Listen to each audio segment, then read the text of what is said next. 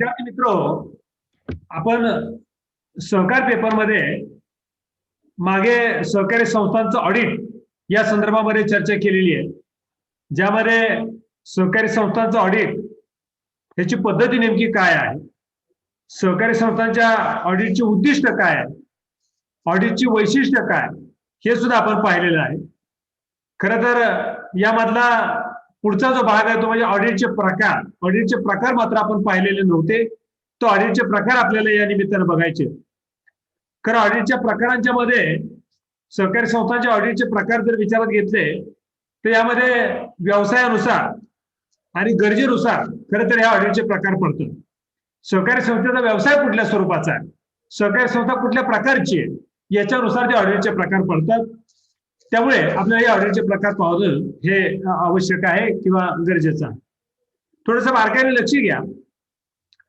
व्यवसाय संघटनाच्या पद्धतीनुसार जे ऑडिटचे प्रकार असतात त्यामध्ये कायद्यानुसार केलेलं ऑडिट, ज्याला आपण नियामक ऑडिट असं आपण म्हणतो, कायद्याने जे करणं गरजेचं आहे त्याला आपण नियामक ऑडिट असं आपण म्हणतो. याच्याशिवाय खाजगी ऑडिट, सरकारी ऑडिट आणि अंतर्गत ऑडिट असे ऑडिटचे प्रकार पडतात. हे व्यवसाय संघटन पद्धतीनुसार आणि ऑडिटच्या कामकाजाच्या स्वरूपानुसार जे प्रकार पडतात, हे ऑडिटचं कामकाज कशा स्वरूपाचं होतं त्याच्यानुसार काय प्रकार पडतात.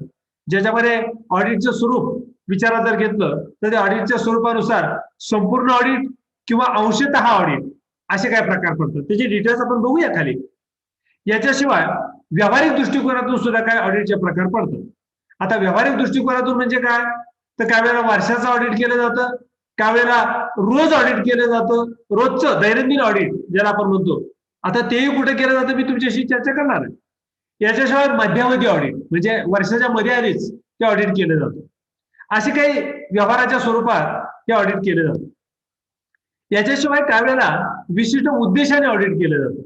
आता विशिष्ट उद्देशाने म्हणजे काय, म्हणजे रोख खात्याचं ऑडिट, म्हणजे रोजची कॅश कशा पद्धतीने वापरली जाते याचं केलेलं ऑडिट, त्याला आपण म्हणतो रोखतेचं ऑडिट.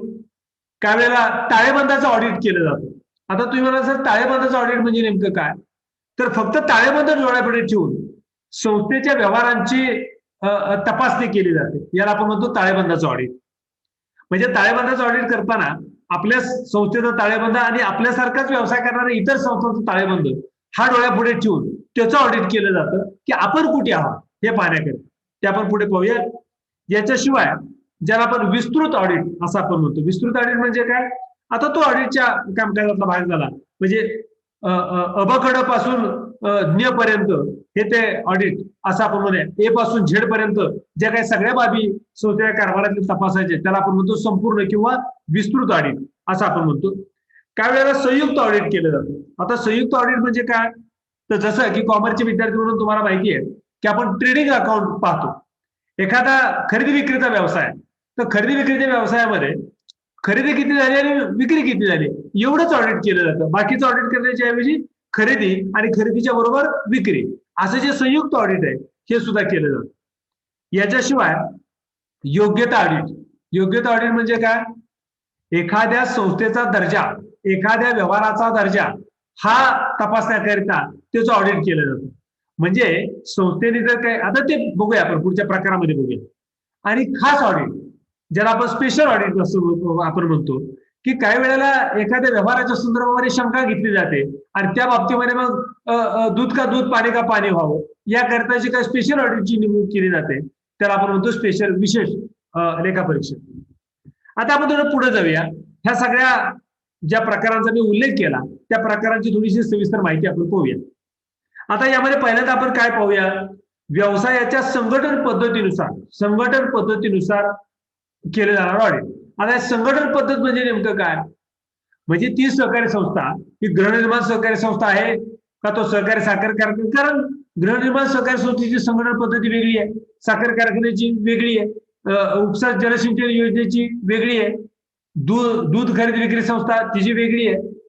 सांगण्यात तात्पर्य काय, या संस्थांच्या कार्याच्या स्वरूपानुसार संघटन प्रकार ज्याला आपण संस्थेची वर्गवारी ही वेगळी वेगळी केलेली. सहकारी निबंधकांच्या कडूनच सहकारी संस्थांची वर्गवारी वेगळी वेगळी केली जाते आणि म्हणून अशा संघटन प्रकारानुसार ऑडिट सुद्धा वेगवेगळ्या पद्धतीने केलं जातं. उदाहरणार्थ आपल्याला 1956च्या कंपनी कायद्यानुसार 1956च्या कंपनी कायद्याचा जेव्हा उल्लेख आपण करतोय तेव्हा त्या कायद्यानुसार जमा खर्चाचे हिशोब पुस्तकांची तपासणी ऑडिटर करून ही करून घ्यावी लागते. बघा आता हा झाला संगणक प्रकाराचा एक कंपनी विशेष म्हणजे कंपनी प्रकार आहे. हा कंपनीचा ऑडिट ज्याला आपण म्हणतो.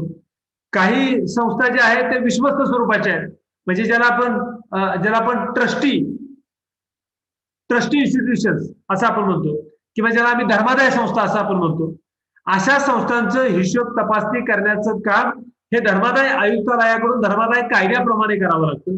तो प्रकार वेगळा आहे. आणि तिसरा प्रकार म्हणजे सहकारी संस्था. असं संघटन प्रकार पण वेगळा वेगळा आपल्याला करता येईल. एक तर कंपनी, दुसरी विश्वस्त संस्था आणि तिसरी सहकारी संस्था. आता या सगळ्यांच्या मध्ये ऑडिट जे केलं जातं ते ऑडिट ज्याला या प्रत्येक संस्थेला म्हणजे कंपनी कायद्याप्रमाणे स्थापन झालेली संस्था असू द्या, धर्मादाय कायद्याप्रमाणे स्थापन झालेली संस्था असू द्या किंवा सहकार कायद्याप्रमाणे संस्था स्थापन झालेली असू द्या, कायद्यामध्ये जी काही तरतूद केलेली आहे त्या तरतुदीप्रमाणे तुम्हाला ऑडिट कायद्यामध्ये ज्या पद्धतीचं ऑडिट म्हटलं असेल ते ऑडिट तुम्हाला करणं क्रमप्राप्त आहे. याला आपण म्हणतो कायदेशीर ऑडिट किंवा याला आपण म्हणतो नियामक ऑडिट.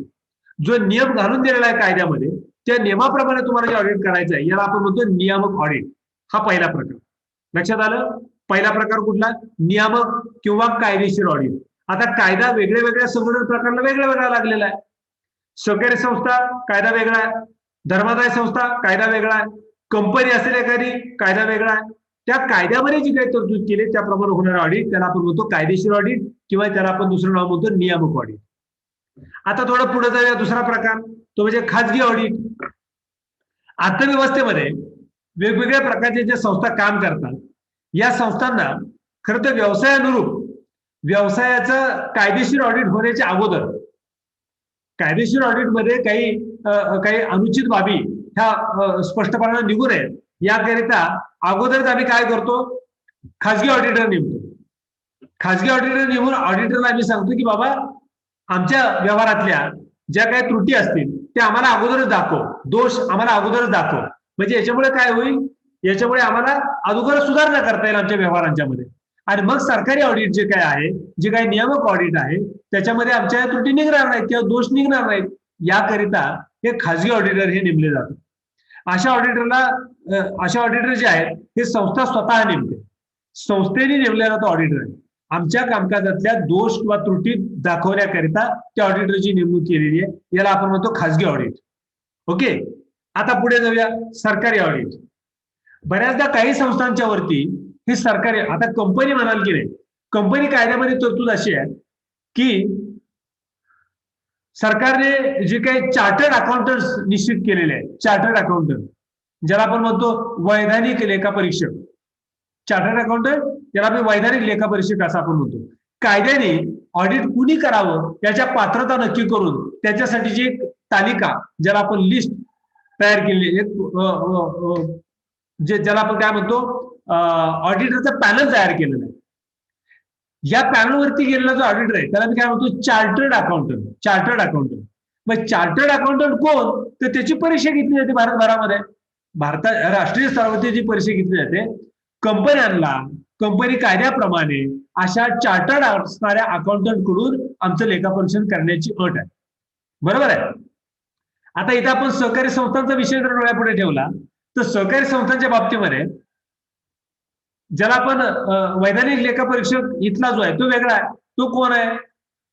चार्टर्ड अकाउंटंट सुद्धा वैधानिक लेखापरीक्षक म्हणून काम करतात. त्याचबरोबर आपल्याला जी जीडीसीआरटी परीक्षा महाराष्ट्रामध्ये पास केली जाते अशा जीडीसीआरटी परीक्षा पास झालेल्या व्यक्तीला चार्टर्ड अकाउंटंटकडे 3 वर्षाचा अनुभव जर असेल तर तो सुद्धा सहकार विभागाच्या पॅनलवरती ऑडिटर म्हणून काम करू शकतो. आता सहकार खातं काय करतं? काही संस्थांच्या बाबतीमध्ये सरकारचं जे ऑडिट आहे ते लावतं आणि काही संस्थांच्या बाबतीमध्ये या पॅनलवरच्या लोकांना ऑडिटर म्हणून नेमतं. आता सरकारी ऑडिट कोणाला लागतं? जिल्हा मध्यवर्ती बँका ज्यांचं कार्यक्षेत्र मोठं आहे, व्याप मोठा आहे, सहकारी साखर कारखाने यांना सरकारी ऑडिट लागतं. कारण खूप मोठ्या संख्येने सभासदांचं हित ज्या संस्थांच्या बरोबर जोडलं गेलेलं आहे अशा संस्थांचं ऑडिट हे सरकारी ऑडिट केलं जातं. लक्षात घ्या मी काय म्हणतो ते. आणि आता हा झाला सरकारी ऑडिटचा भाग. आता दुसरं जे ऑडिट आहे ते म्हणजे अंतर्गत ऑडिट. आता गृहनिर्माण सहकारी संस्थांवरती काय सहकार खातं ऑडिटर नेमत नाही. मात्र सहकार खात्याच्या पॅनलवरती जे ऑडिटर आहे त्यातला ऑडिटर नेमण्याची जबाबदारी मात्र सहकारी संस्थेची. कुठल्या? गृहनिर्माण संस्था असेल, दूध खरेदी विक्री संस्था असेल, ती पतसंस्था असेल, यांना सरकारी ऑडिट येत नाही. यांना मात्र सरकारच्या पॅनलवरच्या ऑडिटरला नेमून ऑडिट करणं हे गरजेचं आहे. याला सुद्धा आपण काय म्हणतो? मग याला सुद्धा आम्ही सरकारी ऑडिट म्हणतो. लक्षात आलं? म्हणजे एक कायदेशीर ऑडिट, जे कायद्याने करायलाच पाहिजे ते ऑडिट एक प्रकार. दुसरा प्रकार खाजगी ऑडिट, जे प्रत्येक संस्थेने ठरवलं तर तो ऑडिटर तुम्ही नेमू शकता. तिसरा प्रकार आहे तो म्हणजे काय? ते म्हणजे सरकारी ऑडिट. कायदेशीर ऑडिट वेगळं आणि सरकारी ऑडिट वेगळं. सरकारी ऑडिट म्हणजे सरकारने नेमून केलेलं ऑडिट, त्याला आपण म्हणतो सरकारी ऑडिट. आता पुढचा प्रकार आहे तो म्हणजे अंतर्गत ऑडिट. अंतर्गत ऑडिट अशा अर्थानं केलं जातं, तुमच्याच संस्थेतला एखादा तज्ञ व्यक्ती तुम्ही नेमता आणि त्याला सांगता की आपल्या संस्थेच्या व्यवहारांची सगळी तपासणी ही तुम्ही करायची. त्याला आपण म्हणतो इंटरनल ऑडिट. इंटरनल ऑडिट करण्याकरता तो जो व्यक्ती नेमायचा आहे तो संस्थेतलाच असतो. संस्थेतला तो व्यक्ती नेमताना त्याच्याकडे जी पात्रता आहे, हिशोब तपासणीच्या संदर्भामधली किंवा संस्थेचे व्यवहार तपासण्यामधली त्याची जी पात्रता आहे, ही पात्रता विचारात घेऊन अशा प्रकारचा इंटरनल ऑडिटर नेमला जातो. हा काय करतो? संस्थेच्या अंतर्गत सगळ्या व्यवहारांची तपासणी करून काय दोष आहेत, काय त्रुटी आहेत हे तपासून संस्थेला मार्गदर्शन करतो की अशा अशा विभागामध्ये हे त्रुटी आहेत, हे दोष आहेत, हे आपल्याला दूर केले पाहिजे. हे काम जे आहे याला आपण काय म्हणतो? अंतर्गत ऑडिट. ज्याला आपण इंटरनल ऑडिट असं आपण म्हणतो, अंतर्गत लेखापरीक्षण असं आपण त्याला मराठीमध्ये म्हणतो. आता हा झाला संघटन प्रकारानुसार करावयाच्या ऑडिटचे प्रकार. बघा, आता आपल्याला पुढे जायचंय ते म्हणजे ऑडिटच्या कामाच्या स्वरूपानुसार, ऑडिटचं कामकाज कशा पद्धतीने चालतं त्यानुसार जे प्रकार पडतात याला आपण म्हणतो ऑडिटच्या कामकाजानुसारचे प्रकार, किंवा व्यवसाय संघटनेच्या गरजेनुसार संस्थेला वाटलं तर त्यानुसार जे काही ऑडिट केली जातात त्याला आपण म्हणतो संस्थेच्या गरजेनुसार केली जाणारी ऑडिट. ऑडिटच्या कामकाजाच्या स्वरूपानुसार जे ऑडिट होतात की नाही ती पहिल्यांदा बघूया. ऑडिटच्या कामकाजाच्या स्वरूपानुसारची ऑडिट, त्यातलं पहिलं ऑडिट आहे म्हणजे संपूर्ण ऑडिट. संस्थेच्या सर्व व्यवहार ज्यामध्ये अकाउंटचे व्यवहार असतील, ज्यामध्ये संस्थेच्या सभांचे कामकाज असेल, ज्यामध्ये संस्थेच्या कागदपत्रांच्या संदर्भातलं तपासणी असेल, असं सगळं कामकाज तपासण्याच्या ऑडिटला आपण म्हणतो संपूर्ण ऑडिट.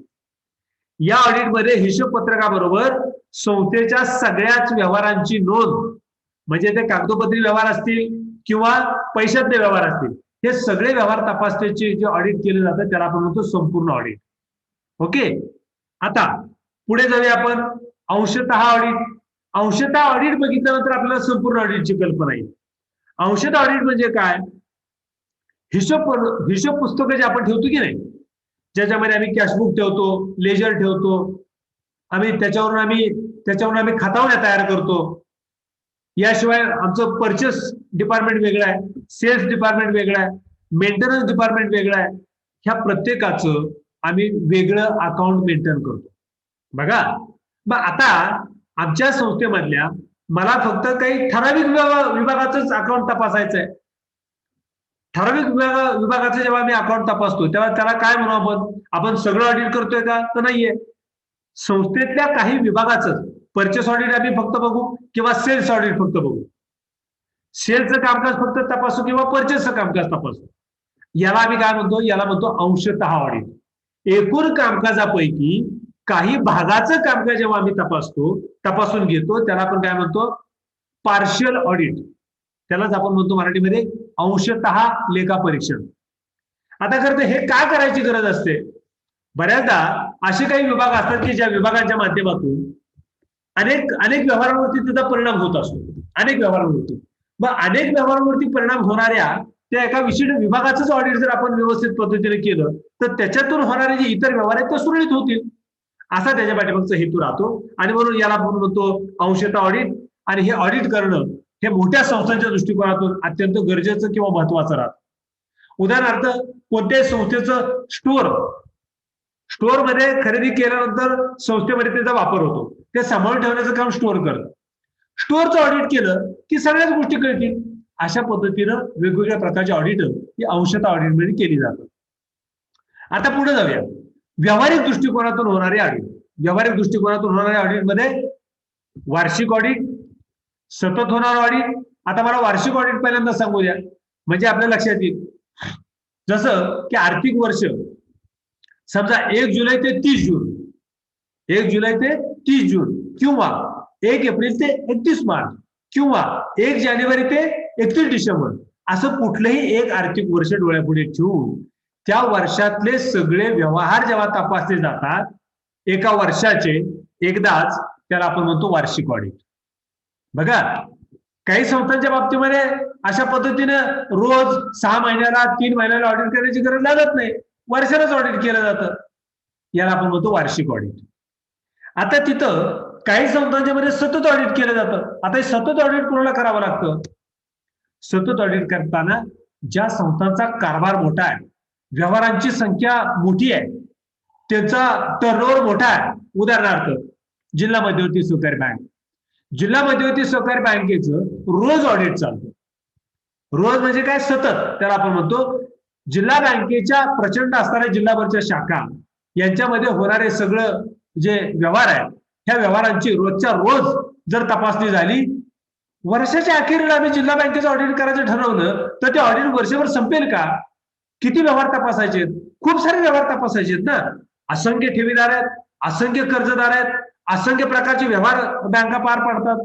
मग अशा सगळ्या व्यवहारांची जर आम्हाला तपासणी करायची आहे ते वर्षातून एकदा करून चालेल का? तर नाही चालत. आणि म्हणून बँकेसारख्या व्यवहारांची तपासणी ही सतत चालू असते.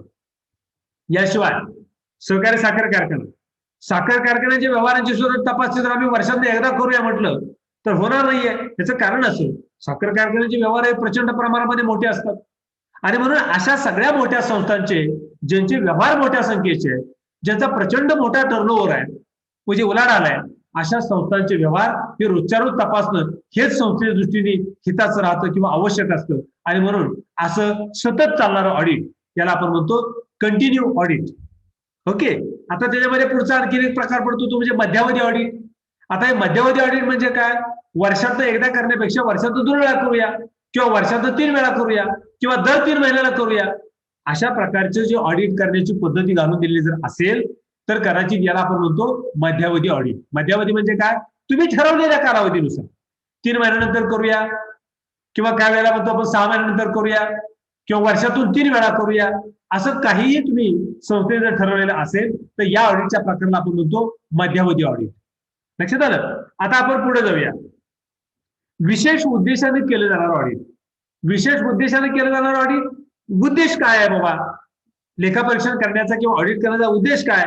आता उद्देशामध्ये मगाशी म्हणलं तुम्हाला, आम्हाला फक्त रोखीचे व्यवहार तपासायचे, आम्हाला फक्त उधारीवरचे व्यवहार तपासायचे, आम्हाला फक्त यामधून जो काय सेल्स झालेला आहे त्या सेल्सचा ऑडिट करायचं.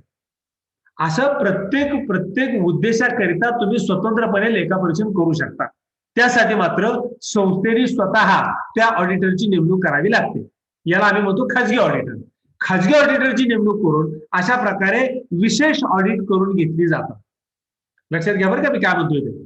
समजा इथं एखाद्या बँकेचं उदाहरण घ्या. बँकेच्या उदाहरणातून बँकेला असं वाटलं काय नाही, आपल्याकडे फक्त जी होम लोन दिलेली आहे त्या होम लोनचं ऑडिट करायचं. करू शकतात. आपल्याला फक्त शेतीसाठी दिलेली जी कर्ज आहे ह्या शेतीच्या कर्जाचं फक्त ऑडिट करायचं, निश्चितपणे करू शकता. याच्यामधून काय साधायचंय? कोणत्या कर्जाच्या प्रकारामधून बँकेला जास्तीत जास्त थकबाकी वाढतीये, अशा थकबाकी वाढणाऱ्या कर्जाच्या प्रकाराचं वेगळं ऑडिट हे बँकांच्याकडून होतं. याला आपण काय म्हणतो? याला आपण म्हणतो विशेष उद्देशासाठी केलेलं ऑडिट. लक्षात आलं? आता आपण पुढे जाऊया. ताळेबंदाचं ऑडिट. या ऑडिटमध्ये ताळेबंदाचं ऑडिट करताना मी मगाशी म्हटल्याप्रमाणे ताळेबंदामध्ये आपल्या संस्थेची मालमत्ता किती वाढली, ऍसेट किती वाढली, आपल्या संस्थेची लायबिलिटी किती वाढली, याचबरोबर संस्थेचा दरवर्षीचा जो ऑडिटच्या माध्यमातून साठवून बाजूला काढून ठेवलेला जो निधी आहे वेगळा वेगळा, तो कोणत्या प्रकारचा निधी आहे, तो निधी किती आहे, तो निधी वापरण्याच्या संदर्भातल्या काही तरतुदी आहेत का, आणि तो निधी वापरला गेलाय का, ह्या सगळ्या बाबी आम्हाला ताळेबंदाच्या ऑडिटवरून कळतात. याच्याशिवाय आपल्या संस्थेचा ताळेबंद आणि आपल्या संस्थेसारखे जे इतर संस्था काम करतात त्या संस्थांचा ताळेबंद आपल्या ताळेबंदाबरोबर तुलना करणं आणि आपली संस्था नेमकी कुठल्या स्टेटसला आहे हे ठरवण्याकरिता जे ऑडिट केलं जातं याला आपण म्हणतो ताळेबंदाचं ऑडिट. म्हणजे ताळेबंदातल्या काही बाबींची तपासणी करणं, देयता म्हणजे लायबिलिटी आणि असेट, ह्या असेटची लायबिलिटीची ऑडिट करण्याबरोबरच आपण बाकीच्याही काही बाबी ज्या त्याच्या आहेत, जसं की वेगवेगळ्या प्रकारचे फंड आपण काढून ठेवलेले आहेत, वेगवेगळ्या प्रकारची देणी ही संस्थेची आहेत, वेगवेगळ्या प्रकारची येणी संस्थेची आहेत, याचं सुद्धा ऑडिट हे केलं जाऊ शकतं. याला आपण म्हणतो ताळेबंदाचं ऑडिट. पुढे ज्याला आपण म्हणतो विस्तृत ऑडिट, त्यातलाच एक प्रकार म्हणजे काय विस्तृत ऑडिट. आता विस्तृत ऑडिट म्हणजे काय, संस्थेतल्या सगळ्या व्यवहारांची, सगळे व्यवहार, आता एकत्रित पद्धतीने सगळे व्यवहार, त्यातला कुठलाही बारीक व्यवहार चुकणार नाही अशा सगळ्या व्यवहारांची ऑडिट लेखापरीक्षण होतं, त्याला आपण म्हणतो विस्तृत ऑडिट.